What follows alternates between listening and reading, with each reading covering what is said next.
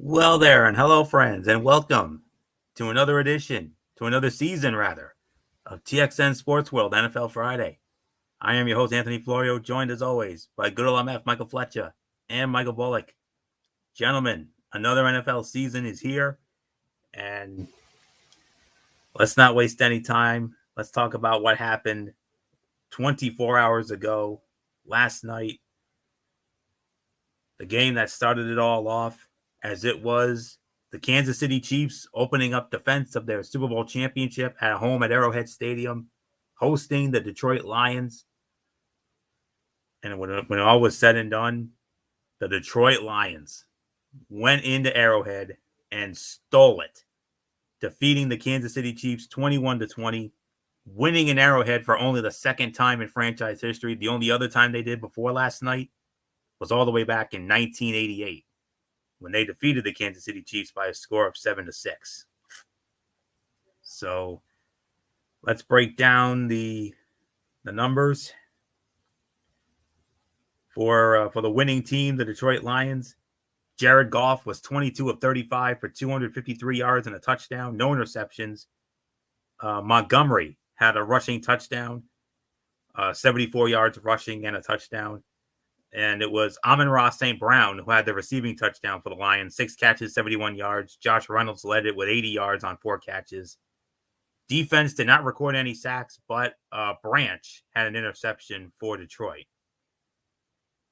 On the other side of the coin, for the Kansas City Chiefs, Patrick Mahomes, 21 of 39, 226 yards, 2 touchdowns, but he had an interception. And Mahomes was also the team's leading rusher, 45 yards. Rushing game, the running game for Kansas City, non-existent. Rice and Blake Bell had the receiving touchdowns for Kansas City. Defense only recorded 1 sack. That was Dana who recorded the sack. And that was all she wrote right there. So I will say this. If you were to ask me why did the Lions beat the Chiefs, a key factor to the win was Detroit's defensive changes. Coordinator Aaron Glenn, who is known for deploying a man coverage scheme, elected to put the team in more zone throughout the evening. This made a big difference as the Lions held the Chiefs out of the end zone in the second half. Not often you hear that, but it happened. And the Detroit Lions, who came on very strong at the end of last season, they stumbled out of the gate, starting 1-6 last year, went 8-2 after that. They finished 9-8. They just missed the playoffs, but what a big win here, and what a way to start off this 2023 season for them. And next week, they will go home to Ford Field for their home opener as they will host the Seattle Seahawks. Whereas the Kansas City Chiefs, it doesn't get any easier for them because they got to go on the road against a suddenly good Jacksonville Jaguar team that we all remember took them to the limits in the divisional round back in January. But this game's in Jacksonville this time. And of course, a lot of people, I know there might be some who would probably consider this win with an asterisk because of the fact that Travis Kelce, the star tight end of the Kansas City Chiefs, did not play in this game because of a hyperextension of his knee in a recent practice. That definitely had an effect. But a monumental win nonetheless, asterisk or not. This is a monumental win for the Detroit Lions. And I made the bold prediction that this team was going to win the NFC North Division, which would mark their first division title in 30 years. And a win like this gives them one giant step towards that goal, something they haven't done in 30 years. This will go a long way towards possibly doing that. So, tremendous win for the Detroit Lions. Their biggest win in I can't remember how long. And it's been a long time since we've said big win for the Detroit Lions. But this is as monumental a win as you can have, going into the defending champion's house and ruining their Super Bowl celebration. Just like the Buffalo Bills did last year against the LA Rams, although Buffalo was a lot more dominant. But nonetheless, congratulations to the Detroit Lions. Monumental win, statement win, and I don't know what else there is to say except good old MF Michael Fletcher. Come on in. Welcome to another season of NFL Friday, my friend. And what else is there to say except how about them Detroit Lions last night stealing one at Arrowhead? First time in 35 years they've done that. I think it's if we weren't putting respect on their name, I think it's high damn time we do. Yeah, and the thing is that a lot of people were really questioning Detroit going into that game because they were like, can they really? Was last season an anomaly? Was it just the right moment at the right time for them that they struck and had this big run towards the end of the year, and to go up to Kansas City, one of the loudest stadiums in all of the NFL. I think the only one that's even more louder than that is probably Seattle, Lumen Field in Seattle. And to do what they did, to take out the world champions, the Kansas City Chiefs, and look, remarkable moment and a big win. But Kansas City shot themselves in the foot. They made a lot of mistakes in the game. There was a surefire touchdown that Kadarius Toney dropped with about 2 minutes left in that game, with about 3 minutes or 2 minutes left in the game. And if he caught that, he was gone. There was nobody around him. He just had to hold that in, and he was probably gone for a big gainer for a touchdown. But he dropped it. That led to, them making the mistake. And the thing is, Dan Campbell was bold early on. First drive, after they went 3-and-out at their 17-yard line, and you go for a fake punt? You fake punt on your own 17? Conventional wisdom is like, are you insane, Dan Campbell? No, he's not. He is willing to take that risk. He's willing to take the opportunity. He was bold on that play. It worked. They got the first down. That led to the touchdown. That gave them the lead, 7-0. And then Kansas City came back, took the lead, looked like, here we go. The champs are going to start going. No, Kansas City just could not get anything going. Is it because of the injury that Travis Kelce had? Maybe. Was it the fact that Chris Jones is holding out? Yeah, very possible, because of the fact that the defense was not the same way. What is going to happen now to Kansas City, we don't know. But I will say one thing for sure. Detroit definitely opened a lot of eyes, especially with this win. You know what? We always talk about same old Lions. No, they're not the same old Lions. They're the brand new Lions. They have a culture. They have this attitude. Look, I know a lot of people may want to say whatever they want to say, but remember, Detroit had a top 5 offense a year ago with yardage, with touchdowns, with points per game, especially their last 10 games that they were playing last year. They were averaging almost 30 points per game. So their offense was definitely a juggernaut.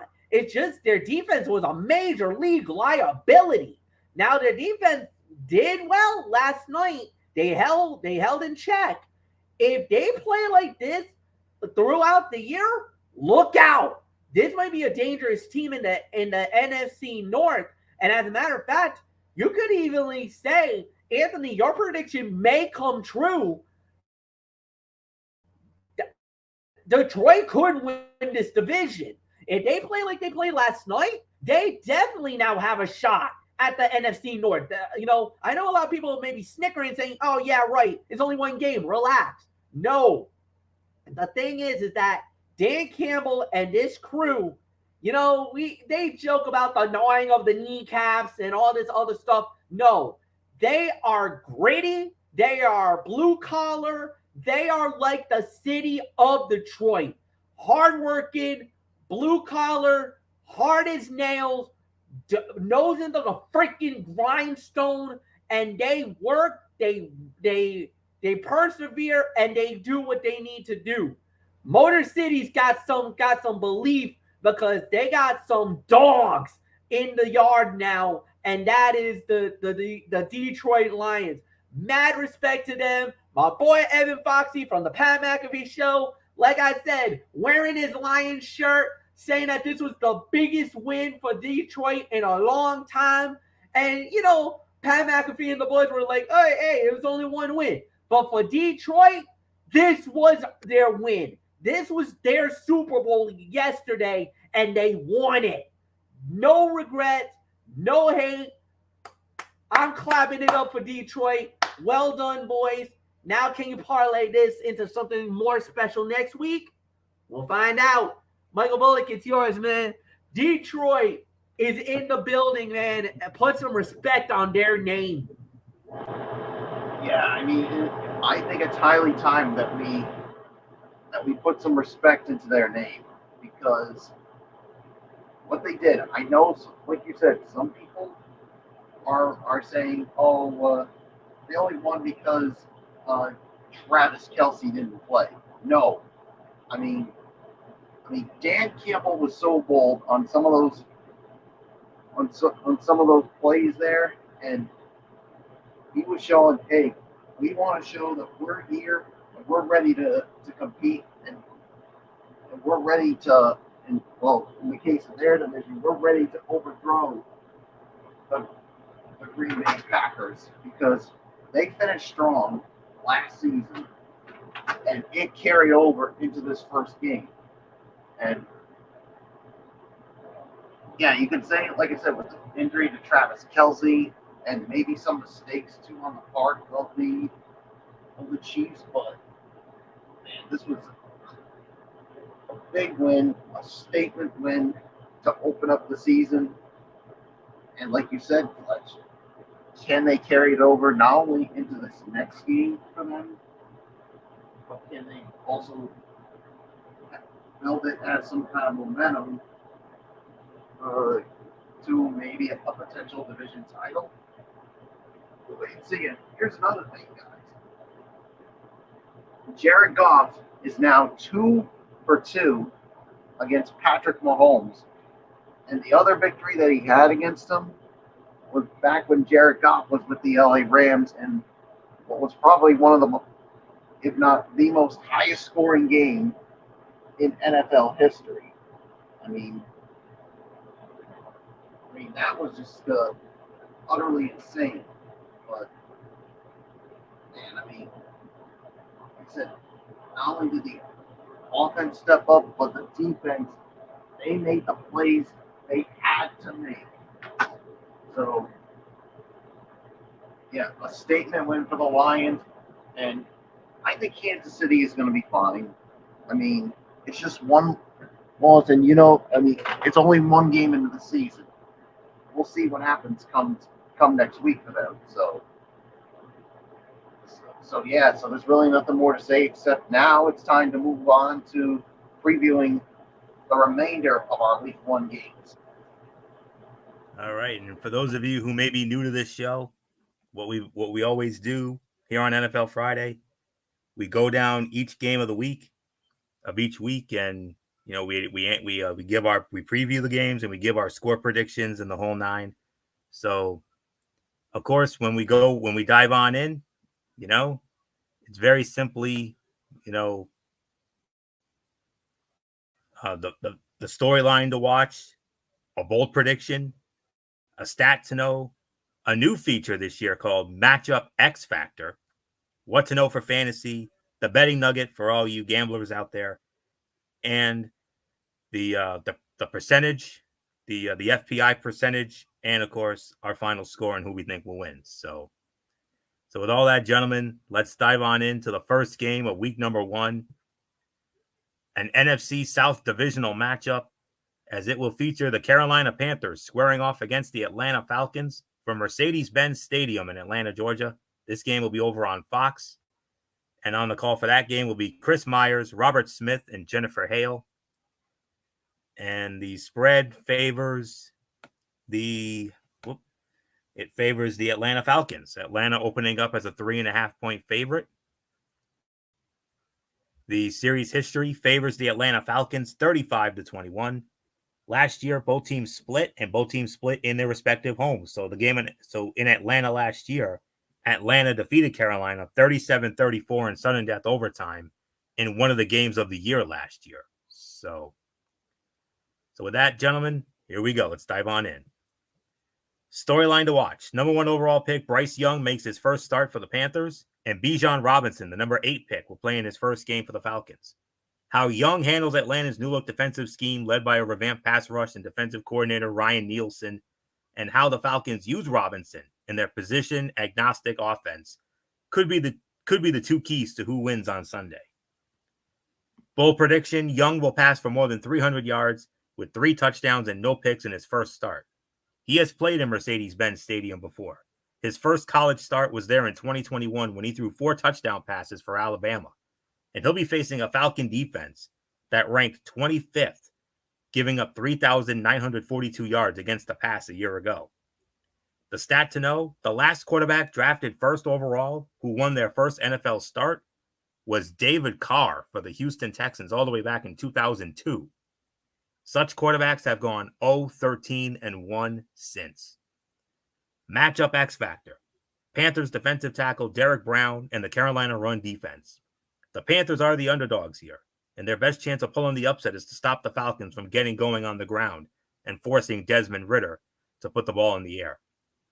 What to know for fantasy? Drake London will pose a challenge to a Panther defense that gave up the 4th most yards to wide receivers last season. In 2022, nearly 40% of London's total receiving yards came during the 4 games in which Ridder was the starting quarterback. Betting nugget, the Falcons are 1-6 against the spread in their last 7 Week 1 games. The Panthers are 7-13 against the spread in their last 20 Week 1 games. The FPI likes the Atlanta Falcons, 56% going with Atlanta. I'm going with Atlanta to win as well. My final score, 27-24. The Atlanta Falcons defeat the Carolina Panthers. So not much more to say here. MF, Carolina, Atlanta, kicking off our Week 1 slate of NFL Friday 2023. Yeah, and like you said, Anthony, going into this one, I feel like Atlanta's also going to win this game. It's not a convincing win though. I just feel like offensively they're a little bit better. Defensively, not as strong. I think this could be a little bit of an offensive shootout. But as far as the final score goes, I'm a little closer to the vest here, 24-21. But I do believe that Atlanta should get the job done and win their first game of the season. So, Michael Bullock, I'll give it to you. Yeah, I'm going to make it unanimous here. I'm going with the Atlanta Falcons as well. I mean, look, I think this is going to be closer than what most people think. And, look, I think Bryce Young, yes, he's a rookie. I think he's going to make some plays, but I just think Atlanta's just a smidget better. So Atlanta wins this game. So let's move on to our next game. And it's on our side of the ledger, the CBS side of the ledger. And we started off with what MF and I deemed the Zonk game of the week, as it will be the Houston Texans squaring off against the Baltimore Ravens from M&T Bank Stadium in Baltimore, Maryland. On CBS, and on the call for this game will be, as soon as this lets me move up, Spiriditas, Anna Marcelletta, and Aditi Kinkabuela, and Baltimore opening up as a 9.5-point favorite. Baltimore leads the all-time series 9-2. Ravens have won the last 3 meetings against the Texans, including their last one, 2020 in Houston. Ravens won 33-16. Last meeting in Baltimore, 2019. Baltimore, no trouble, 41-7. The Houston Texans have never won in Baltimore, including the playoffs. They are 0-6 all time. They're 0-5 in the regular season, 0-1 in the playoffs, 0-6 overall. So there isn't much more to say. MF, Houston, Baltimore, Zonk game of the week. Big changes in Houston, new coach, but let's face it, Lamar Jackson, now they got OBJ, 9.5-point spread. It's the Zonk game of the week for a reason. This is a comfortable win for the Baltimore Ravens. I would be stunned if they lose this game. Going into last season, Baltimore was one of those teams that, the biggest liability that Baltimore had was their defense. Nobody really knew how they were going to handle the situation. Nobody really knew if they were going to be good enough to get the job done. Once Baltimore kind of got going here, that was when everything, was cooking. But the thing is that we don't know if there is a better team for the Ravens right now. And at the end of the day, that's going to be the biggest factor. How is Baltimore going to look when the going got tough? When everything needs to be on the line, with every team on the line, where do they react? So at the end of the day, we'll wait and see how it plays out. But I'm with you. I say the Baltimore Ravens should win this game, win this one relatively comfortable, and we'll just say, and I'll just leave it at that. So, Michael Bullock, I'll give it to you. I got the Ravens winning the game. Yeah, I think it should be a relatively comfortable win here for the Baltimore Ravens. Look, C.J. Stroud. He's got the job here, but the thing is, we need to see something from the Texans that's going to make us think, okay, maybe this will be closer. But look, when you're going up against Lamar Jackson, and especially now that he's got OBJ, and yeah, I think it's going to be too tall of an order for the Houston Texans. So I'm going with the Baltimore Ravens to win this one as well. So it's yours, Florio. Lamar Jackson and the Ravens defense look to continue their hot streaks. In 4 career season openers, Jackson has thrown 12 touchdown passes and 1 interception for a total QBR of 82.7, which is second only to Patrick Mahomes since 2006. Texans quarterback C.J. Stroud, the number 2 overall pick, who threw an FBS high 85 touchdown passes in his 2 years as starting quarterback for Ohio State, faces a challenging debut. Under coach John Harbaugh, Baltimore is 14-2 against rookie quarterbacks at M&T Bank Stadium. Expect the Texans secondary to get their hands on the ball and intercept Jackson several times. Houston invested in the unit this offseason at the draft and through free agency. And new coach DeMeco Ryans, the former Niners defensive coordinator, is calling plays. And the Texans are facing the Ravens' new offensive coordinator, Todd Monken, who is known to operate a pass-heavy offense. Baltimore is 9-2 versus Houston in franchise history, their 4th highest win percentage against any opponent. The Ravens last lost to the Texans in 2014. The X factor, Todd Monken. How did Lamar Jackson and the offense fare in the new system? This will be a major signal of how Baltimore's season will go. The Texans defense allowed the most rushing yards, 2,412, and touchdowns, 22, to running backs last season. Baltimore running back J.K. Dobbins is healthy, and the Ravens are heavy favorites to look for him to grind on the ground. The Ravens are 43-0 outright as double-digit favorites in the regular season. FPI loves Baltimore here, 73.5%. You could basically round it up to 74%. Baltimore is the biggest favorite of the week, so I'm going to go with the Baltimore Ravens to win this game. 34-20. That's the final score for me. So with that, we move on to our next game, which is our number 4 game of the week on our side of the ledger. Also on CBS, as it will be the Cincinnati, an AFC North Division matchup featuring the Cincinnati Bengals squaring off against the Cleveland Browns from First Energy Stadium in Cleveland, Ohio. On the call for this game on CBS will be Ian Eagle, Charles Davis, and Evan Washburn. And Cincinnati opening up as a 2-point favorite. Cincinnati leads the all-time series 52-47. Last year, these two teams split, both teams winning at home. So the Browns did win in Cleveland. They beat the Bengals at home last year, 32-13. The Bengals have not won in Cleveland since 2017. The Browns have actually won the last 5 meetings against the Bengals in Cleveland.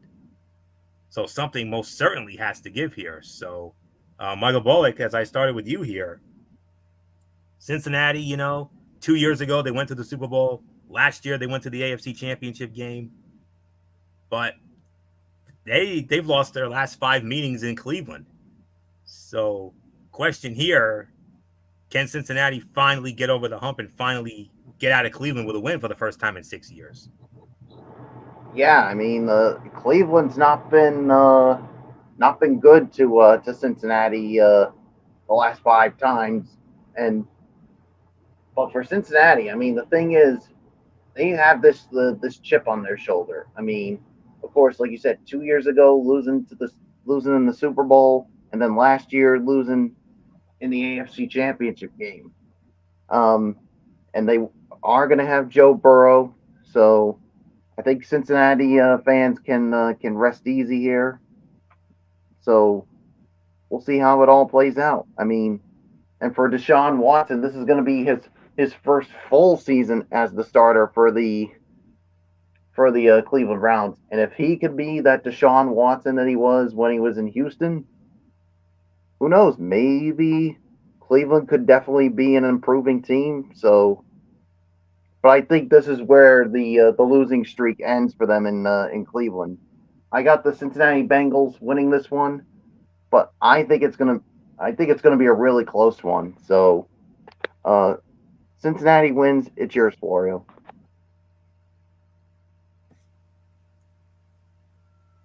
How does Joe Burrow look? The Cincinnati Pro Bowl quarterback missed almost the entire preseason with a strained right calf injury and began practicing only last week.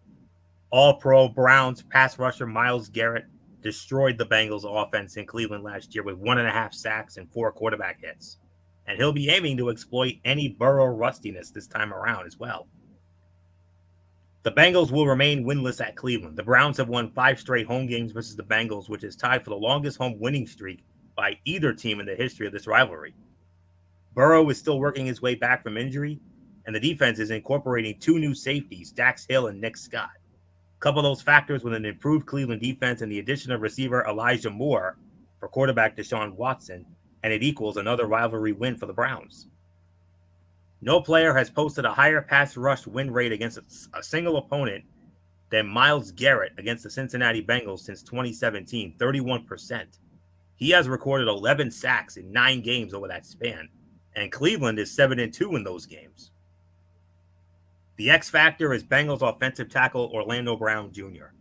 The Bengals' new blindside protector has a critical assignment in week 1, stopping Myles Garrett. The good news for Cincinnati is Brown is probably the best protector Burrow has had since entering the league. Cleveland running back Nick Chubb has averaged 17.4 fantasy points in 9 career games against the Bengals. Divisional home underdogs are 7-0 against the spread in week 1 over the last 5 years, 4-1-2 straight up. They are 15-2-1 against the spread since 2012 and 21-5-1 against the spread since 2009. That whole thing about the Browns winning, that was the bold prediction section. It's not necessarily my prediction, it's a bold prediction that I'm going off of. Because the FPI likes Cincinnati in this game, 59% going with the Bengals, and I'm going with the Bengals to win as well. I think Cincinnati will get over the hump here. I'm going to say 23-20, Cincinnati defeats Cleveland. But if Cleveland were to win, I wouldn't be surprised considering their home dominance over the last 5 years. But I don't know if they can make it 6. So there isn't much more to say. MF, number 4 game of the week on our end, Cincinnati and Cleveland. Can Cincinnati win in Cleveland for the first time in 6 years, especially with Joe Burrow coming off injury? Yeah, it's going to be a little more trickier more than anything else. If this was a healthy Joe Burrow, I think we always say, yeah, no, this is an open and shut case. But with the Burrow injury, he is going to play, is what we've been told. But is he going to be effective? That's going to be the big question. I think he will. I think they'll get the job done. And I do believe Cincinnati is going to win this game. So I got really nothing more to add. So, Anthony, it's yours.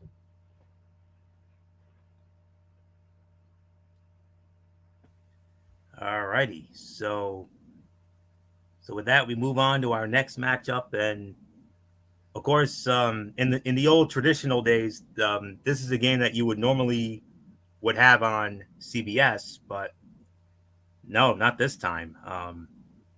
This game is actually going to be on Fox because they've done away. We're going to have a lot more cross-flexing from now on. And this game will be on Fox, and it's an AFC South divisional matchup. The Jacksonville Jaguars squaring off against the Indianapolis Colts from Lucas Oil Stadium in Indianapolis, Indiana. Fox will have this game, and on the call for this game will be Kenny Albert, Jonathan Vilma, and Shannon Spake. Jacksonville opening up as a 4.5-point favorite, and Indianapolis leads the all-time series 27-17. Both teams split at their respective homes last year, so Indianapolis won in Indianapolis last year 34-27. Jacksonville has not won in Indianapolis since 2017. 27-0 win there. Every year in Indianapolis since, the Colts have won. So something, again, just like with Cincinnati and Cleveland, something's got to give here. So with that, let's dive on into this matchup. The Colts haven't won a season opener since 2013, and their winless streak of 9 straight openers is now tied for the second longest in NFL history. Rookie quarterback Anthony Richardson, the number 4 overall pick, will be looking to change that. The Jaguars have not won a game in Indianapolis since 2017, losing 5 consecutive times at Lucas Oil Stadium. One of these streaks will be broken. The Jaguars will sack Richardson 6 times. Jacksonville's pass rush is a major issue, but it will be able to confuse the rookie with disguised coverages and blitzes. Richardson will break a few runs, but he'll also run himself into a sack or 2. In 2022, the Jaguars' season high for sacks in a game was 5 against the Indianapolis Colts, week 2 of last year. In his first 2 openers, Trevor Lawrence is 0-2 with 4 passing touchdowns, 4 interceptions, and a 56% completion percentage. The X factor, obviously Anthony Richardson. How can it not be? So much variance rests with him, and the Colts' chances here will hinge on how ready he is to produce right away. Trevor Lawrence averaged 19.5 fantasy points over the last 11 games of 2022. He now has another playmaker in Calvin Ridley, who led the league in air yards and red zone targets when he played the entire 2020 season. The Jaguars are 13-2-1 against the spread against the Colts since 2015. The Colts had been favored in the previous 10 meetings. FPI loves Jacksonville, 64.5%, almost 65% going with the Jacksonville Jaguars. I'm going with the Jacksonville Jaguars to win as well. Final score for me, I'm going to say 31-20. Jacksonville defeats Indianapolis. So not much more to say here. Jacksonville, Indianapolis. MF, your thoughts? Yeah, I got to go with Jacksonville as well. And the thing is that what Trevor Lawrence has done is he took that first major step last year of being truly what we were expecting him to be. That great Heisman Trophy quarterback from Clemson that was the number 1 overall pick. We haven't seen it yet until last year. This was really the moment where he kind of started to have the breakout. And now, with a whole season under his belt, I believe he is going to be a star in 2023. As a matter of fact, I do believe he could be in the running for Offensive Player of the Year. And if he's really, really good, maybe a dark horse for the most valuable player of the NFL in this upcoming year. Now, I know that's really high expectations. That's lofty expectations. But I do believe Jacksonville is about to take that next step. I believe they'll win the division. We made that prediction not too long ago, and we all agreed that Jacksonville was going to win the division.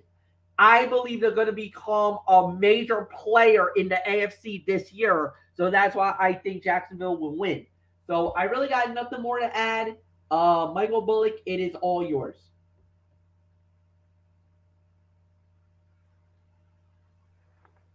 Yeah, I mean Jacksonville definitely took a big step last season, and so much so they got to the divisional round, only to lose to the Chiefs. But I'm telling you guys, I mean, we're starting to see something from Trevor Lawrence, and And you want to know the reason why? It's because of the head coach of that team, Doug Peterson.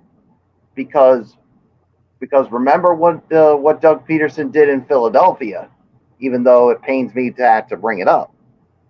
I mean, when he led the Philadelphia Eagles to that Super Bowl 52 win, and he took a guy who many people thought was washed up in Nick Foles, and all he did was make Nick Foles. I mean, made Nick Foles one of the. Had a really good postseason performance and eventually to the Super Bowl MVP. So, can he do the same thing with Trevor Lawrence? We saw glimpses of that last season. Can it continue this season? I think it can. So, yeah, I'm going with Jacksonville to win as well. So, with that being said, let's move on, Florio. All right. And we move on to the next matchup. And it will be a matchup of now this is a game that we talked about how the last game was a game that we used to normally see on CBS. Well, here's a game that you would normally see on Fox, but is going to be on CBS. An AFC game on Fox. How about an NFC game on CBS? The Tampa Bay Buccaneers squaring off against the Minnesota Vikings from US Bank Stadium in Minneapolis, Minnesota. CBS will have it. And we have a new broadcast team here. Andrew Catalan, Tiki Barber, Matt Ryan, and AJ Ross will be on the call for that one. Minnesota opening up as a 5.5-point favorite. A renewal of a once great rivalry. We'll get into that in a moment. Minnesota leads the all-time series 33-23. Their last meeting was 2020 in Tampa Bay. Tampa Bay won 26-14.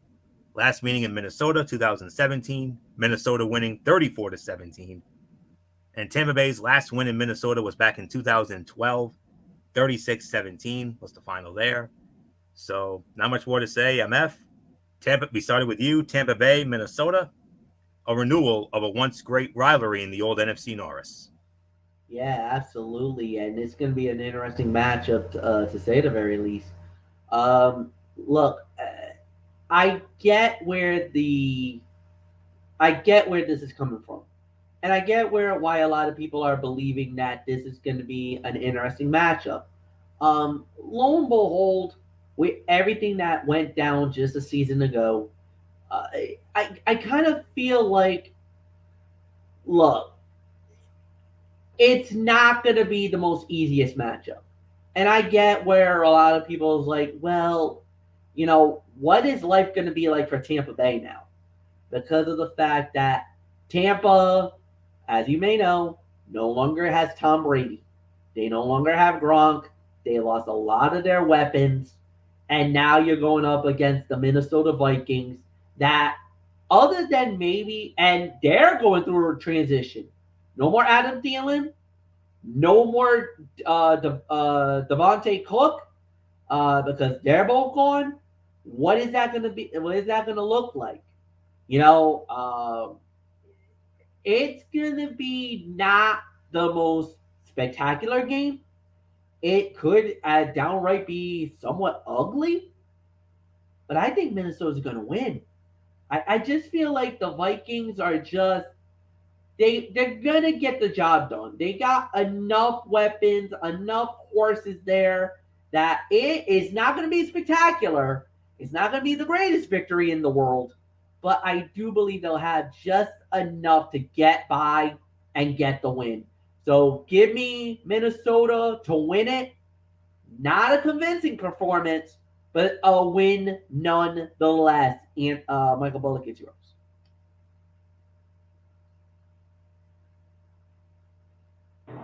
Yeah, this is, both teams going through a transition with, the Bucs, of course, with no more Tom Brady. Obviously Gronk retired a couple of seasons ago. And of course the Minnesota Vikings, no Adam Thielen, no Dalvin Cook. So, yeah, But even with that, I still think Minnesota is going to win. It's not going to be easy, but I just think they're the better team because look, you still got Kirk Cousins and you still got Justin Jefferson. So it's because of those is why I got Minnesota winning this one. So it's yours, Florio. Buccaneers quarterback Baker Mayfield will tie an NFL record by making a Week 1 start for different teams in 3 consecutive years. And he will try to overcome a Vikings franchise that has the league's second-best winning percentage, .731, in Week 1 home openers since the 1970 AFL-NFL merger. Tight end TJ Hawkinson will tie a career high with 2 touchdown catches against Tampa Bay. The Buccaneers defense surrendered 9 touchdowns to tight ends during the regular season last year, the 5th most in the NFL. With Justin Jefferson getting the lion's share of attention from Todd Bowles and the aggressive nature of that defense, it lends itself to a big day for Hawkinson. Minnesota's Kirk Cousins is 6-9 as a starting quarterback in his career versus NFC South teams, his worst record against any division. The X factor? Well, actually, there are 2 X factors, both from Tampa Bay. Buccaneers cornerbacks Jamel Dean and Carlton Davis III. Tampa Bay needs its corners to slow Justin Jefferson and force the Vikings to rely on their secondary receiving options, receivers Jordan Addison and KJ Osborne, as well as TJ Hawkinson. Even still, that will be tough, but closely marking the best wide receiver in football is the best place to start, or is the place to start. Last season, wide receivers caught 66% of their targets and averaged a league-high 192 receiving yards a game against the Vikings secondary, which is still Minnesota's biggest weakness. That bodes well for Mike Evans and Chris Godwin's Week 1 fantasy outlooks. Overs were 8-2 in Minnesota home games last season, including the playoffs, 8-1 in their last 9. Over the last 3 seasons, overs are 20-6 in Vikings home games. FPI loves Minnesota, 67% going with the Vikings. I'm going with the Vikings as well. I'm going to say final score will be 27-16. Minnesota defeats Tampa Bay. So not much more to say on that. We move on to our next matchup, also on CBS, as it will feature, by the way, Tampa Bay, Minnesota came in as our number 7 game of the week. Right before it is our number 6 game of the week, as it will feature the Tennessee Titans squaring off against the New Orleans Saints from the Caesars Superdome in New Orleans, Louisiana. And we have ourselves a brand new broadcast team for CBS for this game. Say hello to Chris Lewis, Jason McCourty, Ross Tucker, and Amanda Guerra. They will be on the call for this game. The spread favors New Orleans. New Orleans opening up as a 3-point favorite. Tennessee, however, leads the all-time series 9-6 with a tie. The one tie was their very first meeting in 1971. 13-13 tie in Houston, back when the Titans were the Houston Oilers. Last meeting was 2021 in Nashville. Tennessee won 23-21. Last meeting in New Orleans was 2015. Tennessee won 34-28 in overtime. The Saints have not beaten the Titans at home since the Tennessee Titans were the Houston Oilers all the way back in 1993 when New Orleans won 33-21. So not much more to say here. I believe it's Michael Bullock who starts this one off. So Michael Bullock, Tennessee and New Orleans on CBS, brand new broadcast team, as I just mentioned. So your thoughts on this matchup? Yeah, I mean this is an intriguing matchup because the Titans were always a competitive team, and of course the Saints are rolling in with a new quarterback in Derek Carr. So we'll see how this all plays out. But look, I know the Titans have Derrick Henry, but the thing is, it's the mystery about the quarterbacks and, of course, their receivers.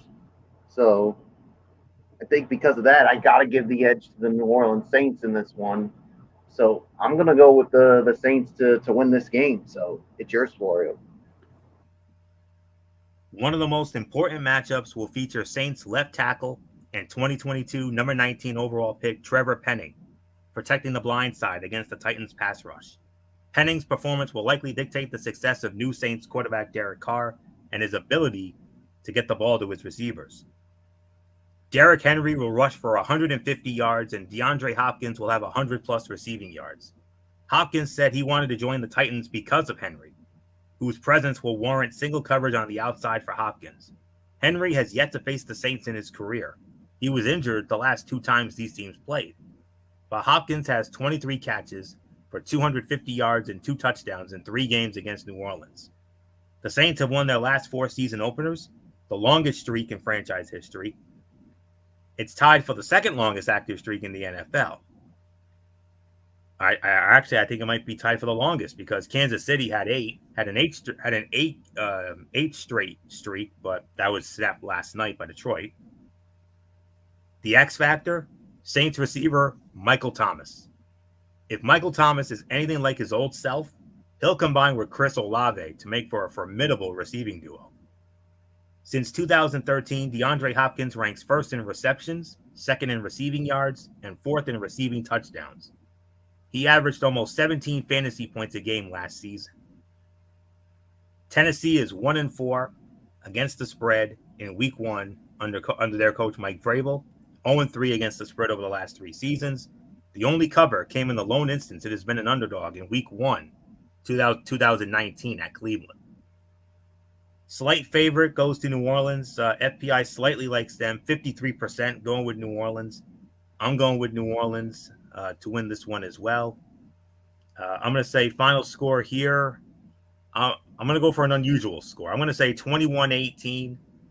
New Orleans defeats Tennessee. So not much more to say. MF, Tennessee, New Orleans. DeAndre Hopkins, now a Tennessee Titan. Michael Thomas is back in New Orleans. Number 6 game of the week. Your thoughts? Yeah, this is going to be very interesting to see, but I got to feel like this is Tennessee's moment. Look, Tennessee definitely has a lot to go over, a lot to work on, and they really, really need this. Derrick Henry needs to turn it around. He needs to have a big game here. Ryan Tannehill, I don't believe he's the guy now. And the thing is, like you said, Carr's the new quarterback. He's got Michael Thomas. He's got Alvin Kamara.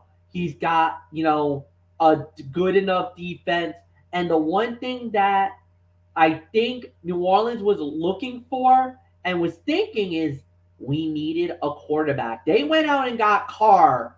And lo and behold, could this be the start of a renaissance for the New Orleans Saints? The Who Dat Saints that are the Super Bowl 44 champions?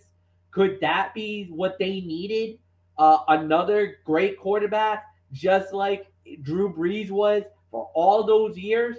Look, all you need is a game manager just to give you enough. Don't make the big mistakes.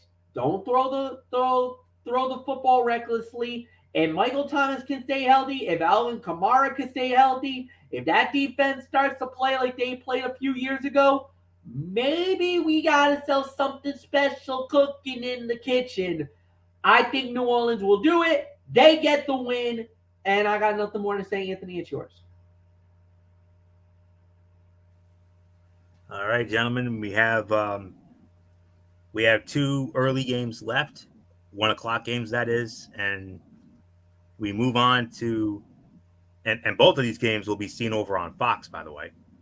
Next up, the San Francisco 49ers squaring off against the Pittsburgh Steelers from Heinz Field in Pittsburgh, Pennsylvania, or I should say Acrisure Stadium, formerly Heinz Field in Pittsburgh, Pennsylvania.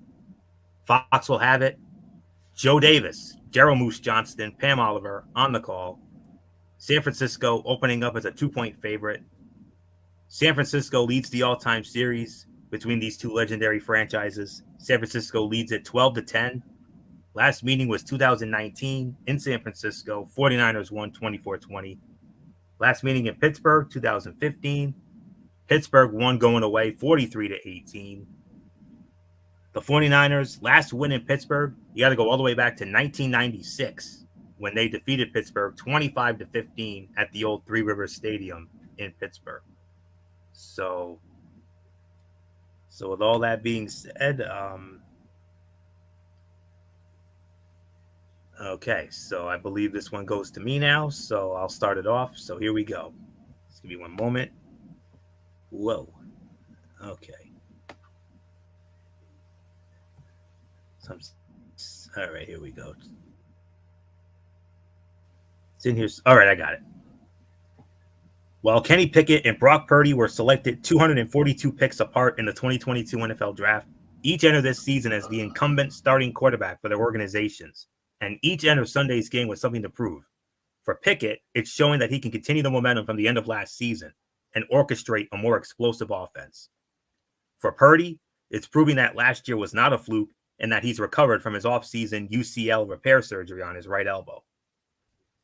Nick Bosa will pull a TJ Watt, playing in the opener and posting multiple sacks just days after signing a lucrative contract extension, 5 years, $170 million with the 49ers. The Niners expect him to play against the Steelers despite not participating in training camp until this week. He'll be going against Steelers tackles Dan Moore Jr. and Chukwuma Okorofor, who ranked 34th, 89.5%, and 30th, 89.9% among tackles and pass block win rate, respectively, in 2022. That's middle of the pack, but still a favorable matchup for the NFL's reigning Defensive Player of the Year. Last season, the use of motion was key to Brock Purdy's success. When San Francisco used motion, Purdy's QBR nearly doubled, and he threw 11 touchdown passes to only 2 interceptions.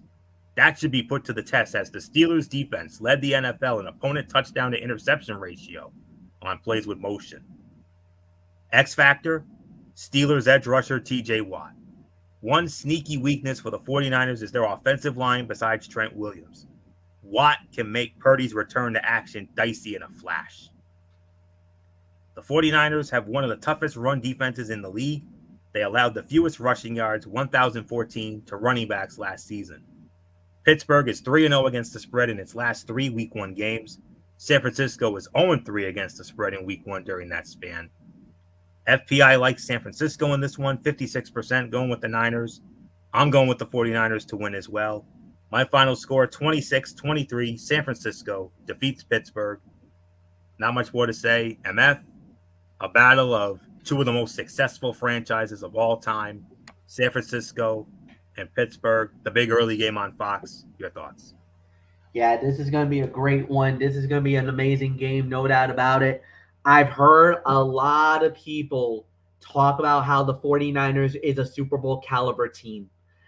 You know, the unfortunate thing was that they had the quarterback injuries that ran amok. If it wasn't for that, maybe they would have been the representative for the NFC going into the Super Bowl.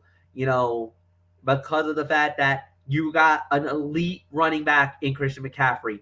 You got Deebo Samuel, an elite tight end, an elite wide receiver. You got George Kittle, an elite tight end. You got Bosa, an elite defensive player. You got probably the best in almost every position is an elite position. But you're going to Pittsburgh. You're going to the steel curtain of the Pittsburgh Steelers. Blue collar, nose to grindstone. Just like how I talked about Detroit, Pittsburgh is that. Najee Harris, I think it's going to have a big game with the running attack. Kenny Pickett was absolutely phenomenal in what they were doing. James Washington, a very good wide receiver. Freiermuth, an elite tight end. Yes, I think that Pittsburgh does. And TJ Watt, can I just say, one of the best defensive players in all of the NFL, and it's the most underrated, and nobody really talks about him. Then you got Hayward, you got Mika Fitzpatrick going for the Steelers. You know what? This is a good time to smell for an upset. I know all the prognosticators. I know everybody's saying, "Oh, it's all about San Fran. It's all about San Fran. All about San Fran." San Fran's got to come over east. They got to play against the Pittsburgh Steelers on a 1 o'clock kickoff. That's 10 a.m. for the 49ers. You sure they're going to be ready for that game? I don't think so. Give me the Pittsburgh Steelers to steal it from the Niners, put the big fat L on them, 1-0 for the Steel Curtain. Pittsburgh wins 24-17. Michael Bullock, this is my bold prediction of the day. Steelers takes it from the Niners and gets the win. Well, Fletch, I'm gonna quote somebody from College Game Day, Lee Corso. Not so fast, my friend. I knew I had to go there with that. I mean, you really think that Pittsburgh's going to be up to the challenge of going up against a team like that's going to probably be motivated after losing in the NFC Championship game? I mean, look, they got a really good defense, especially with the now newly the highest paid defensive player in Nick Bosa. I mean, and Brock Purdy, I was really impressed with this guy. I mean, yes, if it weren't for the injuries, who knows? This team could have been in the Super Bowl. I mean, and of course, you still got Christian McCaffrey. You still got George Kittle. I mean, Pittsburgh will challenge them. I'll give you that. But for the first time tonight, I disagree with you, Fletch. I'm going with the San Francisco 49ers to win this one. So, nothing more to say. Florio, it's up to you, man. You break the tie here. No, he doesn't break the tie. He already decided it. He started it. He called for the Niners to win. Meaning I'm low wolfing this game here. Oh!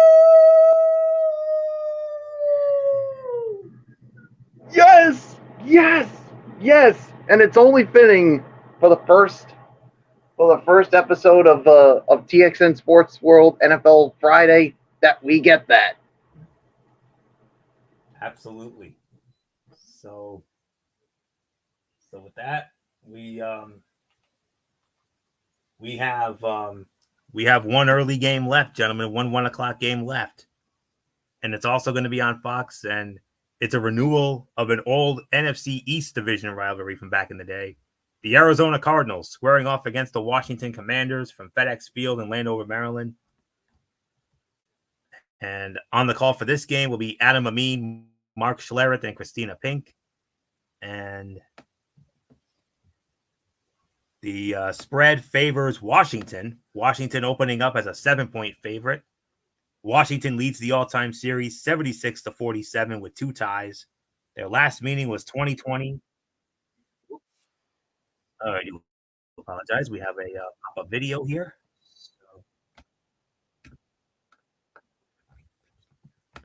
Okay, I do apologize for that pop-up video. So before I was so rudely interrupted, last meeting was in Arizona in 2020. Arizona won 30-15. Last meeting in Washington was 2017. Washington won 20-15. Arizona has not won in Washington since 1998. And they won a wild game, 45-42, 25 years ago. So I don't think there's anything else left to say. I think we can pretty much consider this the Zonk game of the week on the Fox side of the ledger. So I believe MF starts this one off. So MF, take it home for the early games. Arizona, Washington, a renewal of an old NFC East rivalry. Absolutely. This is going to be a very good matchup, to say the very least. However, I will say this. I like Washington winning this game. And here's the reason why. No Kyler Murray. I do believe that the DeAndre Hopkins has been suspended. If memory serves me right. No, DeAndre Hopkins traded to Tennessee. You guys traded to Tennessee. But wasn't there one of their top receivers was suspended for the first 6 games? That was Hopkins last year. Oh, all right. But I'll say this. When you got Washington, who now has Eric Bieniemy, who's now the offensive coordinator for the Washington Commanders, that's going to be a big difference. You saw the difference that happened last night with Kansas City. Their offense kind of sputtered a little bit. Eric Bieniemy goes to Washington with Riverboat Ron Rivera. Then you still got, Gibson, the running back. You got a pretty decent quarterback. And you also got Scary Terry McLaurin. And then a defense to boot that was good, not great.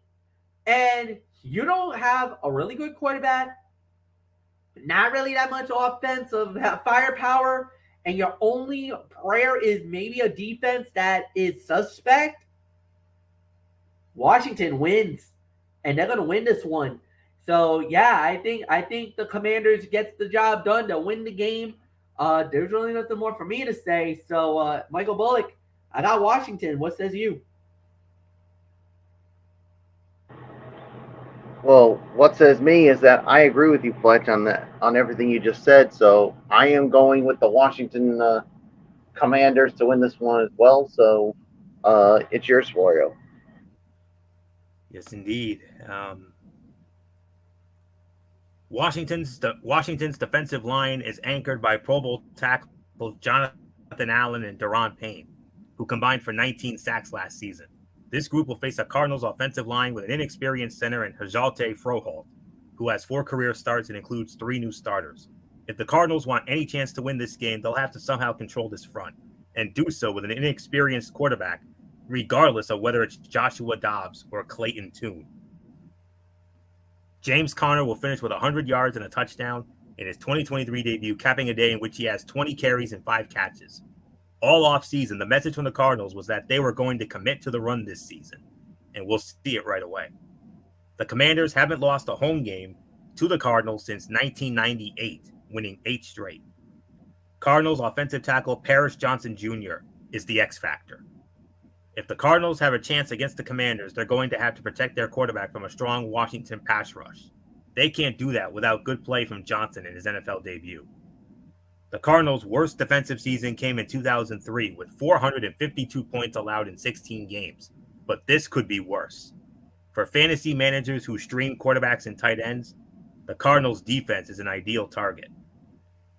Washington has not closed as at least a 7-point favorite since Week 12 of 2017 when they were a 7-point favorite against the New York Giants. And Washington has not been a 7-point favorite in Week 1 since 2000 when they were also a 7-point favorite against the Arizona Cardinals. FPI likes Washington in this one, 64% going with Washington. I'm going with Washington as well. 24-10, Washington over Arizona. So with that being said, gentlemen, let's dive right on in to the late games now. And just bear with me for a minute. Okay.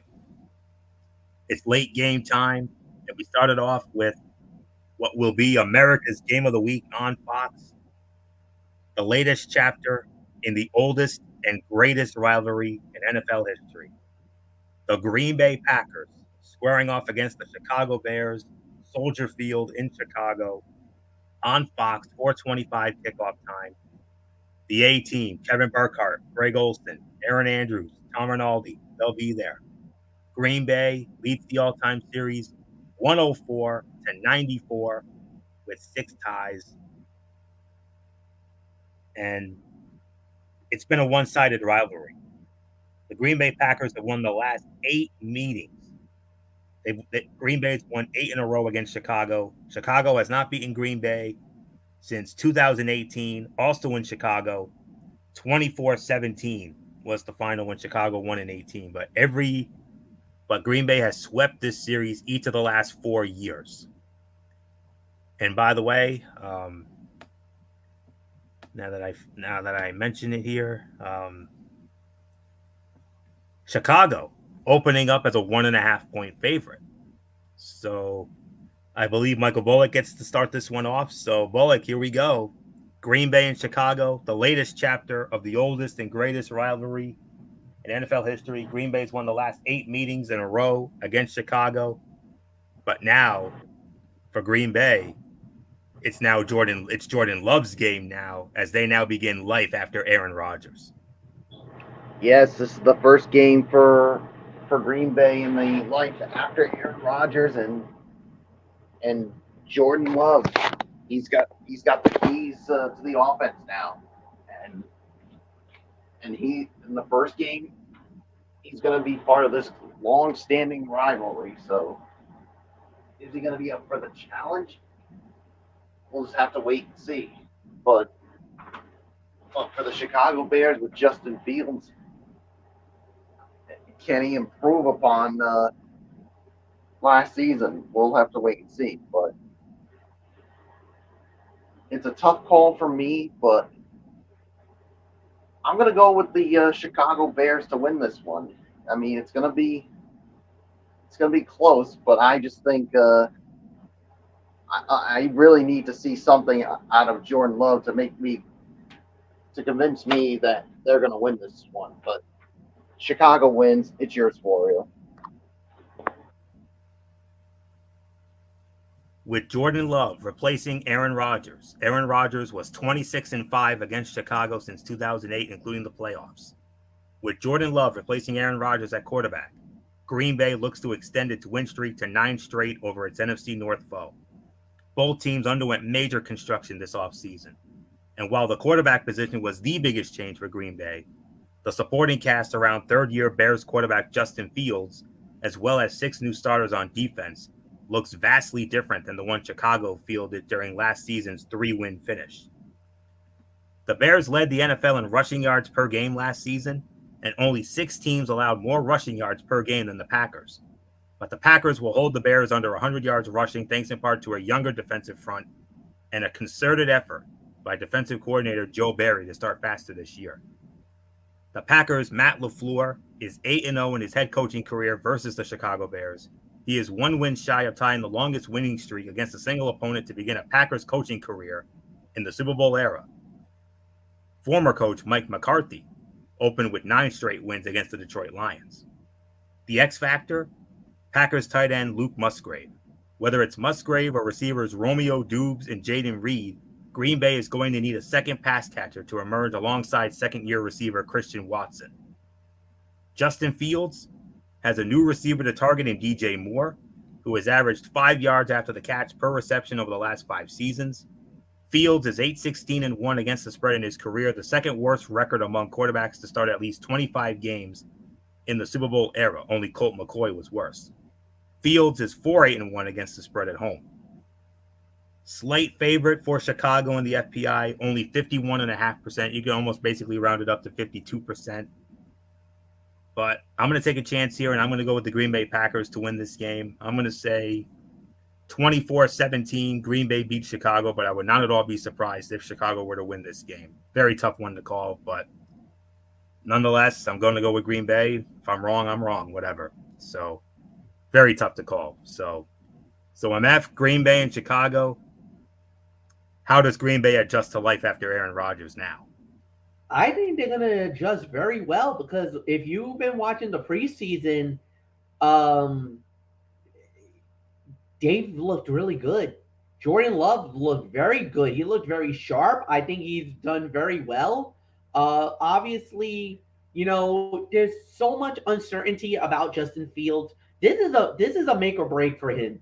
A lot of people really felt like, Chicago took a major risk getting Justin Fields when they got him. A lot of people didn't feel like he's the right guy for the situation. There's been a lot of uncertainty about certain players. If Justin Fields proves to be, good, then everything's gonna get washed away. Of course, life after Aaron Rodgers is gonna be very tough, especially for Green Bay. A lot of people feel like, Aaron was the guy. He was the heir apparent. He was the man for so many years. Now you're bringing this young kid. But remember, he's waited at least 3 or 4 years now for this moment. So now, what do we get? What are we going to feel? I think Green Bay is going to pick up right where they left off. Because defensively, I don't see any worry here for Chicago that really makes me intimidated or scared or anything else like that. I hate to say this, but Anthony, you're right. I'm with you. Sorry, Bullock. You're going to have to lone wolf this, baby. I'm going with the Green Bay Packers to win the game as well. This is going to be a tight one, but I think it's 27-23. Green Bay continues their domination of the Chicago Bears. I got Green Bay winning it. So, yep, it's Lone Wolf. You know what to do. So nice. We had to do it twice. Florio, it's back to you, my friend. All right. And we move on now to our next 425 matchup, which comes in on our side of the ledger, and it's our number 5 game overall on that ledger. An AFC Western Division matchup featuring the Las Vegas Raiders squaring off against the Denver Broncos from Empower Field at Mile High in Denver on CBS. Tom McCarthy, James Lofton, Jay Feely. There's another new team here. Tom McCarthy, James Lofton, Jay Feely, and Tiffany Blackman will be on the call.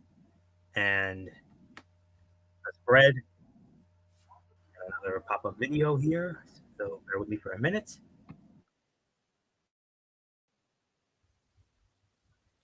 Great deal.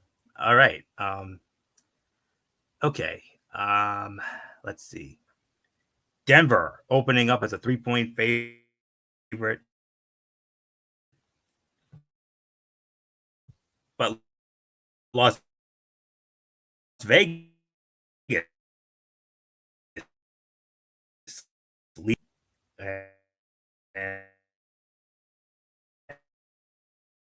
and time and in Denver since 2019 when they narrowly escaped with a 16-15 win. So I believe we have everything here. So I believe I start this one off. So let me just double check, make sure that's the case. 3. Yep, it is. Okay. All right, here we go, boys. Vegas and Denver. Next up, let's take a look. Whoa. All right. The Broncos offense, the league's lowest scoring outfit last season, and quarterback Russell Wilson, who had a career low 16 touchdown passes in 2022, will be under serious scrutiny. Any chance they have to end a 6-game losing streak against the Raiders will hinge on handling Raiders running back Josh Jacobs and edge rusher Max Crosby effectively. Jacobs has rushed for at least 100 yards in 4 of the 6 games, while Crosby has 10 sacks, 13 tackles for loss, and 14 quarterback hits.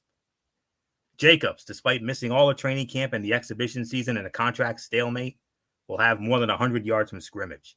After all, the first-team All-Pro running back has feasted on the Broncos in his career, going 7-0 with 721 rushing yards and 9 touchdowns on 154 carries, averaging almost 5 yards a carry, along with 15 catches for 158 yards. Russell Wilson is 5-1 all-time versus new Raiders quarterback Jimmy Garoppolo. A 6th win would tie for his most versus any opposing quarterback when he went 6-1 against Colin Kaepernick. Broncos receiver is the X factor is Broncos receiver Marvin Mims Jr. If Jerry Jeudy is out or limited, the Broncos passing attack is going to need to rely on Mims right away. Whether the rookie can make an impact in his debut might determine if the Broncos can keep up with what could be a good Raiders offense. Denver running backs Javonte Williams and Samaje Perine are solid week 1 starters against the Raider defense that gave up 20 touchdowns against the run last season. Over the last 5 seasons, the Raiders are 9-1 against the spread against the Broncos, 8-2 outright, including 6-0 against the spread as an underdog, 4-2 outright. Raiders are 4-0 against the spread in the last 2 seasons against the Broncos. But the FPI likes Denver, 59%. And I'm going to take a chance here, and I'm going to say Denver wins this game. My final score is going to be 30-23. Denver defeats Las Vegas. So, but if Vegas were to win, I wouldn't be surprised. But MF, a lot of that hinges with the big change in Denver. Sean Payton, the new head coach in Denver, and if anybody can bring Denver back to prominence, Sean Payton maybe can be the guy to do it. Oh, absolutely. And there's no doubt about it. What you said exactly is what I was feeling too. And that is that I believe that Denver should be able to win the game, like you said. Sean Payton with everything that's going on. And the thing is, they want a different style, a different look, and I think you're going to get it. So I'm with you, Anthony. I think Denver does win this game, and I do believe they'll start off 1-0. So I got nothing more to say. Give me Denver to win it, and nothing more. So yeah, Anthony, Mike Bullock is yours.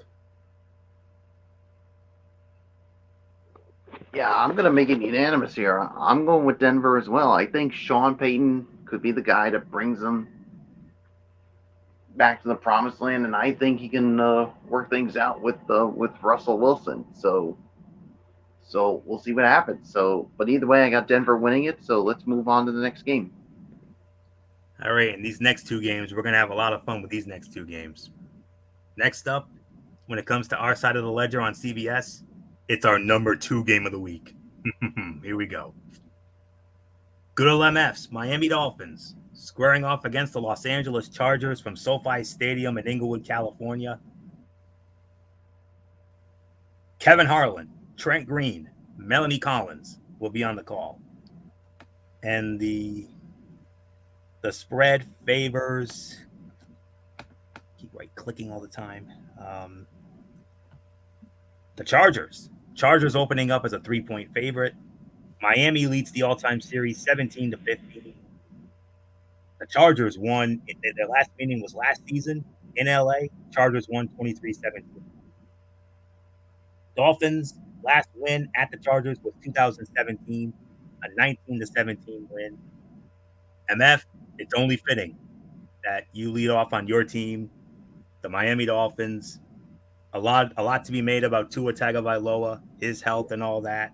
Yep. But it's him, it's Tua Tagovailoa, it's Justin Herbert, Miami and the Chargers, number 2 game of the week. If it wasn't for the game we have, this most certainly could have been our game of the week right here. Without a doubt. And if you remember last year, the Dolphins and the Chargers had a great battle, even though a lot of people say that if you look at the score, it looked a little more dominating. And that's why I think a lot of people just didn't feel like that was a, big win there, where Miami got dominated more than anything else. So it's going to be very interesting to see more than anything else. But, it's going to be a little bit of an opener to see how this goes. The problem is with Miami is that Teron Armstead is not playing. That's the blind spot for Tua Tagovailoa. And I know a lot of people are really concerned about that offensive line because of the fact that, if you're going to protect Tua, that's the guy that you want. He was the star. He's one of the best guys to have that'll protect Tua, because if they do, with a 2-headed monster that they got, that's a bad combination. But Vic Fangio's defense is going to be tested against Justin Herbert. You got Austin Eckler. You got some good receiving core guys for the Chargers. The last time Miami and the Chargers faced, 21-17, Chargers won that battle. And I hate to say this, but I'm going to be very professional in this. I think the Chargers beat the Dolphins. Any other time, I would say, if this was in Miami, I think Miami wins this. But because it's out in SoFi, I got to go with the Chargers. And again, I'm going professional. I'm taking the fan out of this. I think Miami is going to fall a little short. Do I think Tua's going to have a good game? Yes. Do I think he'll bounce back like he did? Do I believe he'll bounce back? Yes. I think the offensive line is going to hold up, but defensively, I don't know if we're going to get it. I just feel like they're going to fall a little short. You know what? I'm going to say it, 23. I think it's going to be close, 23-21, but I got the Chargers winning. So, Michael Bullock, I'll give it to you. Yeah, like you said, I think this is going to be a close one. And, yeah, I mean, this could go either way. But, yeah, it's the defense for the Dolphins that really comes into question here. So I think it's because of that. I'm with Fletch. I'm going with the the LA Chargers to win this one. So it's yours, Florio. The Chargers made sure Dolphins quarterback Tua Tagovailoa.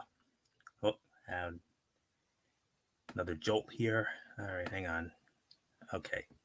The Chargers made sure Dolphins quarterback Tua Tagovailoa never got comfortable in Week 14 last season, limiting him by taking away quick timing throws in the middle of the field. Miami coach Mike McDaniel had a whole off season to figure out how to counter that approach. But LA will have star pass rusher Joey Bosa available after he did not play last year's matchup because of a groin injury. Whoever dictates the tempo and nature of the Dolphins' pass game will have a huge advantage. Miami will run for 150 plus yards against the NFL's fifth worst run defense from a season ago, including a 100-yard game from an inspired Raheem Mostert, quieting the talk about Miami trading for a running back. The Dolphins averaged 4.8 yards a carry in last year's loss to the Chargers, but could never quite commit to the run. That changes this year. Chargers quarterback Justin Herbert was dominant outside the pocket in 2022, ranking third in QBR, 86.2, first in passing yards, 901, and tied for second in passing touchdowns, 7. It was also one of the Dolphins' defense's biggest weaknesses, as it allowed the second highest QBR, 82, to opposing quarterbacks outside the pocket. The X factor, Chargers cornerback J.C. Jackson. Fresh off a forgettable 2022 campaign, Jackson will play a crucial role in stopping a passing attack that was ruthlessly efficient last season. Whether Jackson plays like he did in 2021 or 2022 will go a long way in determining how the Chargers do Sunday and this season. Look for Herbert and receivers Keenan Allen and Mike Williams to light up the vertical passing game under new offensive coordinator Kellen Moore. He led Cowboys offenses to average 8.3 air yards per pass attempt in his 4-year tenure. Tua Tagovailoa, 9-5-1 against the spread in his career as an underdog. Chargers, the FPI likes the Chargers, 55%. I'm going with the Chargers as well. Final score, 24-16. Chargers over Miami. All right, Michael Bullock, here you go. This is the game you've been waiting for. And this is the game that we all know Michael Bullock is going to have the most vested interest in. I can only imagine why. As it will be the NFC champion, Philadelphia Eagles, on the road to take on Michael Bullock's New England Patriots from Gillette Stadium in Foxborough, Massachusetts, on CBS. Hello, friends. Jim Nantz, Tony Romo, Tracy Wolfson will be on the call for this one. And the spread favors Philadelphia. Philadelphia opening up as a 4-point favorite. And the series history between these two, Philadelphia leads it 7-6. Their last meeting was 2019 in Philadelphia. New England won 17-10. Last meeting in Foxborough was 2015. Philadelphia won 35-28. New England's last home win against Philly was 2007, the undefeated season, 31-28. There isn't anything else left to say. Michael Bullock, I know you're going to be interested in all the games. We all are. But I know out of all the games on this week 1 docket, this is the one you personally will have the most vested interest in because A, it's your team, hello, and because a certain GOAT is going to be honored at halftime. It's all yours, my friend. Yes, I mean, this is the game that I've had circled on the calendar since the schedule came out. And, of course, for the big reason why. The GOAT is coming home. Tom Brady is going to be honored at halftime in front of the Gillette Stadium crowd. You know there's going to be a lot of TB12 jerseys out there. And the moment he comes out, you know that crowd's going to give him a roaring standing ovation. I mean, his family is going to be there. I'm sure some ex-teammates of his is going to be there. I mean, one of his ex-teammates is going to be there. Julian Edelman will probably be there for that because these two are like brothers, and I think this is where I think Tom Brady's going to get emotional, because this is his opportunity to basically say thank you to the fans of New England for not only 20 years, in New England, but for supporting him even during his time in Tampa. So, I mean, what else? I mean, and Robert Kraft said that this is like the first of many. So, what else could they have in store? Only time will tell. But, and who knows? Maybe the Patriots could be motivated to win this game not only for themselves but because of Brady being there. But this Philadelphia Eagles team, they're motivated because they thought they had this Super Bowl in their grasp, but losing it to Kansas City. So, I mean, the defense is really good. We all know about the offense. As much as I want to see my team win, I gotta act professional here. I gotta go with the Philadelphia Eagles to win this one. So, and what will be an emotional late afternoon. So, nothing more to say. It's yours, Florio.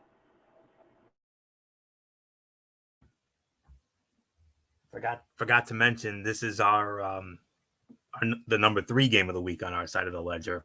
So but yes, we obviously know that's why this game means so much to Michael Bullock. But the Eagles are coming off a season in which they totaled the 3rd most sacks in NFL history with 70, and the Patriots' biggest question mark is their offensive line. The Patriots line has managed injuries, illness, and inconsistency throughout training camp to the point that the projected starting 5 hasn't played a single snap together. And Patriots coach Bill Belichick said of the Eagles' D, their front is dominant, the best pass rushing front in the league by quite a bit. New England's special teams will score a touchdown. The Eagles have had a lot of turnover on their special teams units and will likely need some time before the operation is fully buttoned up.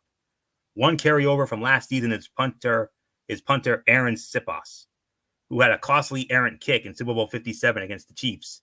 He'll be facing off against Marcus Jones, who led the league in punt return yards 362 and broke off an 84-yard return for a touchdown last season, en route to being named first team All-Pro as a rookie. New England quarterback Mac Jones' 4.5 QBR when pressured last season was the worst among 31 qualified quarterbacks. The Eagles ranked first in pass rush win rate last season, 52.7%, while the Patriots ranked 29th at 32.9%. The X factor? Patriots edge rusher Josh Uche. With 11.5 sacks and a 19% above average pass rush win rate, Uche can be a disruptor who could cause problems for the formidable Eagles offense. The Eagles allowed a league low 4.9 yards per pass attempt last season. Jones and the Patriots offense are in for a tough Sunday afternoon after the offensive line struggled during preseason and training camp. Since 2000, teams that lost in the previous season's Super Bowl are 4-19 against the spread in week 1 the following season, 0-3 against the spread in the last 3 seasons. The FPI loves Philadelphia. 62% going with Philadelphia. I'm going with Philadelphia as well. New England might be able to hang with them, but I think Philadelphia will pull away late and steal one here. 30-20, Philadelphia over New England. So not much more to say. MF, our number 3 game of the week. The NFC champs going into Foxborough to take on the Patriots. Tom Brady getting on it at halftime. Your thoughts? Yeah, and this is going to be an interesting matchup. And, going into this game, there was a lot riding. Of course, for Philadelphia to start off on the right foot as they defend their NFC championship, and more importantly, their desire to go back to the Super Bowl to rewrite a wrong that they felt like they got burned about a year ago. Where New England, they're now in one of the most rough and toughest AFC East divisions of all time. This is going to be crazy. They want to get off on the right foot. You want to win this game more than anything else. So for me, obviously the thing with Brady is going to be a huge factor. But at the end of the day, Philadelphia is just way too strong and way too dangerous. They could beat you so many different ways, and I think they're going to do it. I think they're going to beat the Patriots. So give me Philadelphia to win it. Nothing more to say. It's just me and you now, Florios, and I don't know how many games are left. So let's just move on. Yep, Michael Bullock has called it a night. So, all right. How many Not that many. I think we only have 3 left, All right. including one late game. We got one late game and the 2 primetime games, so including our big ones. So, all right. So we move on now to the final 425 game on Sunday, as it will feature the Los Angeles Rams squaring off against the Seattle Seahawks from Lumen Field in Seattle. This game can be seen over on Fox, and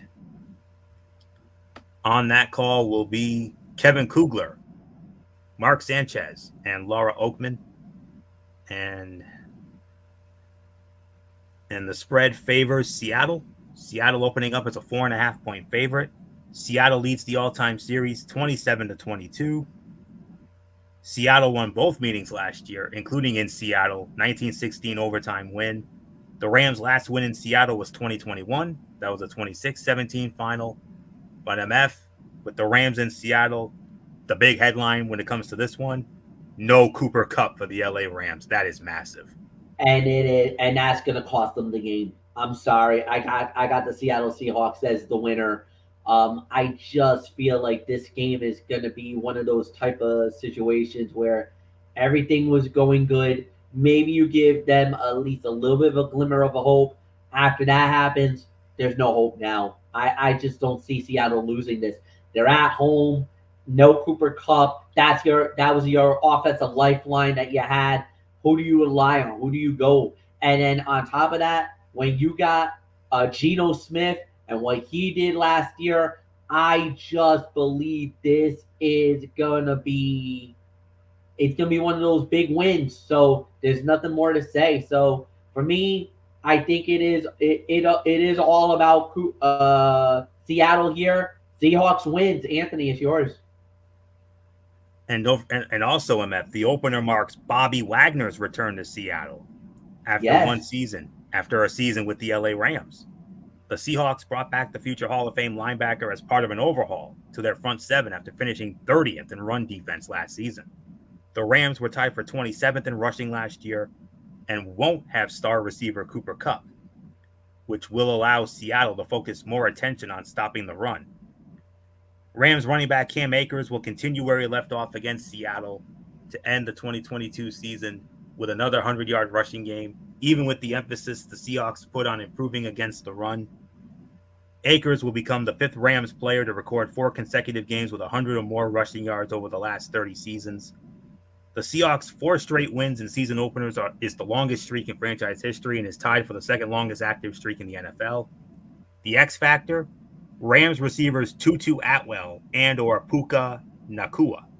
With Cooper Kupp out, the Rams are going to need receiving help from somewhere other than receiver Van Jefferson and tight end Tyler Higbee. Enter those 2 late-round fantasy sleepers who each have a chance to make an instant impact. Cooper Kupp is out for week 1, which puts Tyler Higbee in the spotlight. The Seahawks defense allowed the 2nd most fantasy points to tight ends last season, and Higbee has averaged 0.96 fantasy points per target in his career. And Seattle has covered in 3 straight season openers. Seattle 63% favorite by the FPI. FPI likes them 63%. Seattle wins 23-13. Seattle over the Rams. A little bit of a botcheroo here. I was supposed to start this one off. So MF, I'm going to have you start off on this next one to balance it out. Prime time. We got the 2 primetime games left. And New York City is going to be the hotbed for both of them. A little more for the second one than the first one, but nonetheless, the season premiere of Sunday Night Football on NBC, and it will feature the Dallas Cowboys squaring off against the New York Giants. MetLife Stadium, East Rutherford, New Jersey, in the Meadowlands. Mike Tirico, Chris Collinsworth, Melissa Stark, they will be on the call, and Dallas opening up as a 3-point favorite. Series history favors the Dallas Cowboys 73-46 with 2 ties. And Dallas has won the last 4 meetings against the Giants, including the last 2 in New York. 23-16 win in New York last year, 21-6 the year before. The Giants' last home win against Dallas was 2020. That was a 23-19 win. So MF, Dallas, and the Giants, the season premiere, Sunday Night Football on NBC. Who you got? I hate to do it, and I know Stephen A is going to hate it, but I'm going with the Cowboys. I gotta. I just feel like Dallas. Okay, here's the reason why. Number one, I think Dak's going to turn it around. I really think Dax Prescott is going to need a big moment. And, when the whole world's watching Sunday night and everything's on the line, I really think he's going to turn it around. Tony Pollard is going to have a decent game with the running back because now he's the number one. You don't have anybody else to back him up. The receiving core, I think, is going to be good, but you still got a really good defense. Now, don't get me wrong. The Giants are gotten a lot better during the offseason. Defensively, I think they're going to be a lot more stronger. I think they're going to be a lot more better in certain bouts or certain things in the game. But at the end of the day, when you kind of feel like this is a Dallas game, a Dallas team that could easily take this one. Even though we all know that New York has been notorious for giving fits to the Cowboys, and I mean give them a lot of fits, I just don't see this turning anything different. I think Dallas will get the job done, and Dallas wins this one. Very close, but I do believe Dallas will get the job done, and they'll win this one. More of a defensive battle, 20-14. The Cowboys goes 1-0, 5 in a row against the G-Men. Anthony, it's yours. Cowboys defenders DeMarcus Lawrence and Micah Parsons teed off on right tackle Evan Neal and the Giants' offensive line last season to the tune of 5 sacks in the 2 meetings. Neal altered his stance this offseason, and the Giants insist he has, quote-unquote, improved. Now he just needs to trust his technique in games. Otherwise, Lawrence and Parsons could derail New York's chances of producing any offense. The Cowboys' priority in the offseason was to shore up the run defense, which led to the drafting of defensive tackle Maisie Smith in the first round. Seeing Giants running back Saquon Barkley in Week 1 will be a test. Barkley has more games with fewer than 51 yards rushing against Dallas 5 than 100-yard games 2, but he will tally more than 100 yards in this one and do so on 25-plus carries, as the Cowboys will make him work for it. Quarterback Dak Prescott looks to extend his 10-game win streak against the Giants on Sunday night. With a win, he would tie Roger Staubach for the longest win streak against the Giants since at least 1950. The X factor? Obviously, it's Evan Neal. If he hasn't improved from year 1, quarterback Daniel Jones better watch out.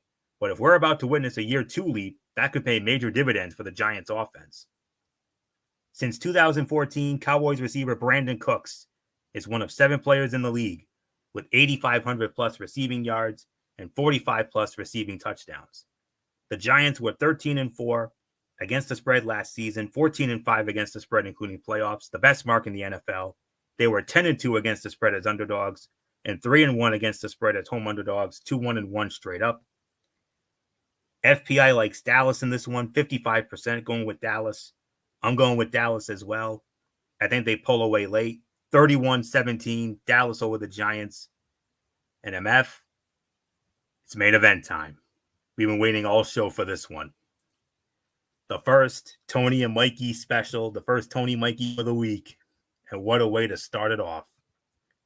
The season premiere of Monday Night Football on ESPN. AFC East divisional matchup. My Buffalo Bills squaring off against the New York Jets, also at MetLife Stadium in East Rutherford, New Jersey in the Meadowlands. Joe Buck, Troy Aikman, Lisa Salters. Buffalo opening up as a 2.5-point favorite. Buffalo leads the all-time series 67-57. Both teams split last year. The Jets won in New York last year, 20-17. Buffalo's last win in New York was the year before, 2021, a 45-17 beatdown.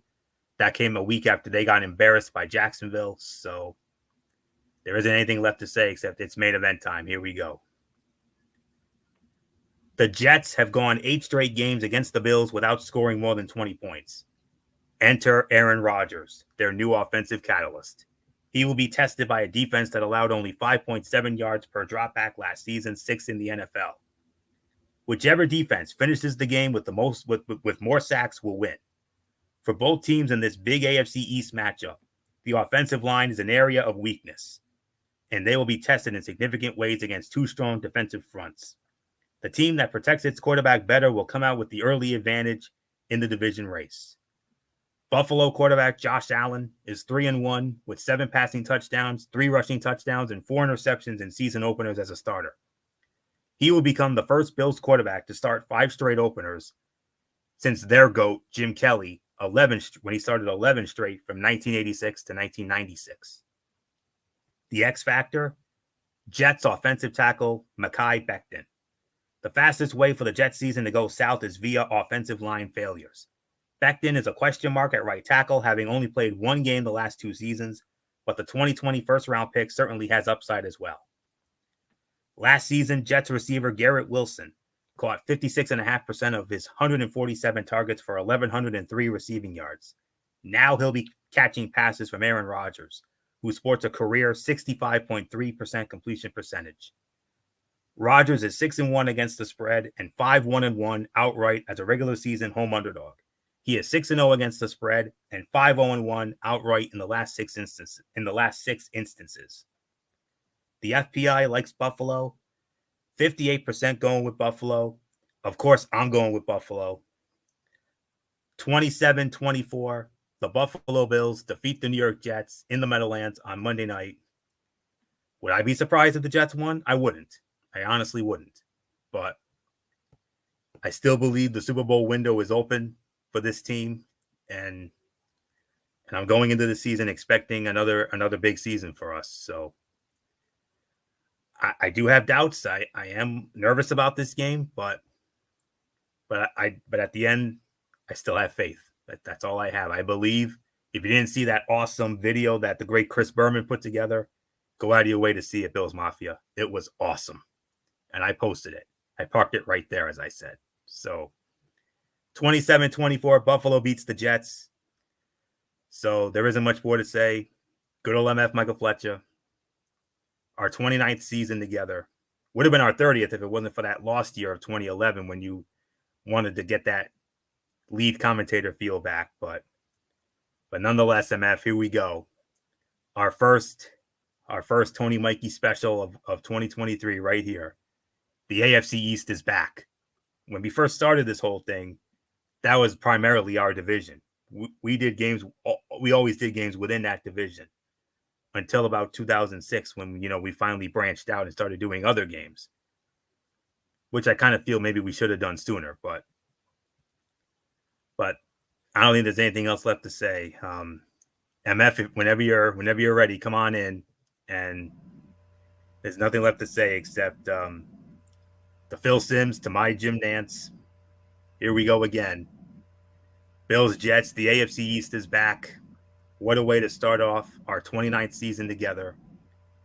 There's only one thing left for me to say, and that is do that thing I like. Hello, friends.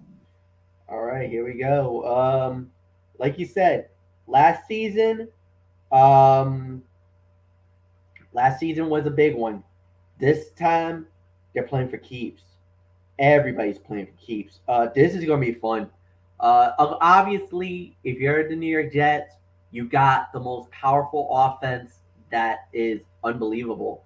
Can they maintain it? Can they sustain it? Can they do what they need to do? Obviously, Buffalo, a lot of people feel like they took a step back last year. A lot of people feel like, Buffalo is not as strong as they are. Anthony, I understand where you're coming from because you feel like, oh, we got an opportunity. We got this thing is going to do better than everything else. Well, now we got to find out. This is going to be a make or break moment for them. We got to see how this plays out. And going into this, I felt like this is more of a jet win than anything else. But now going in, I'm starting to feel the same way. I feel like Buffalo might steal this. So I don't know. We'll wait and see how it plays out. But, I think I think Buffalo's going to do it too. I think they're going to steal this game.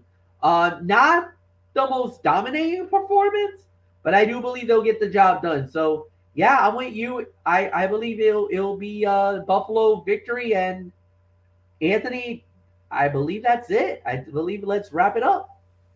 Yes, indeed. And that will indeed put the bow on the season premiere of TXN Sports World NFL Friday. We want to thank you all so very much for tuning in here this evening.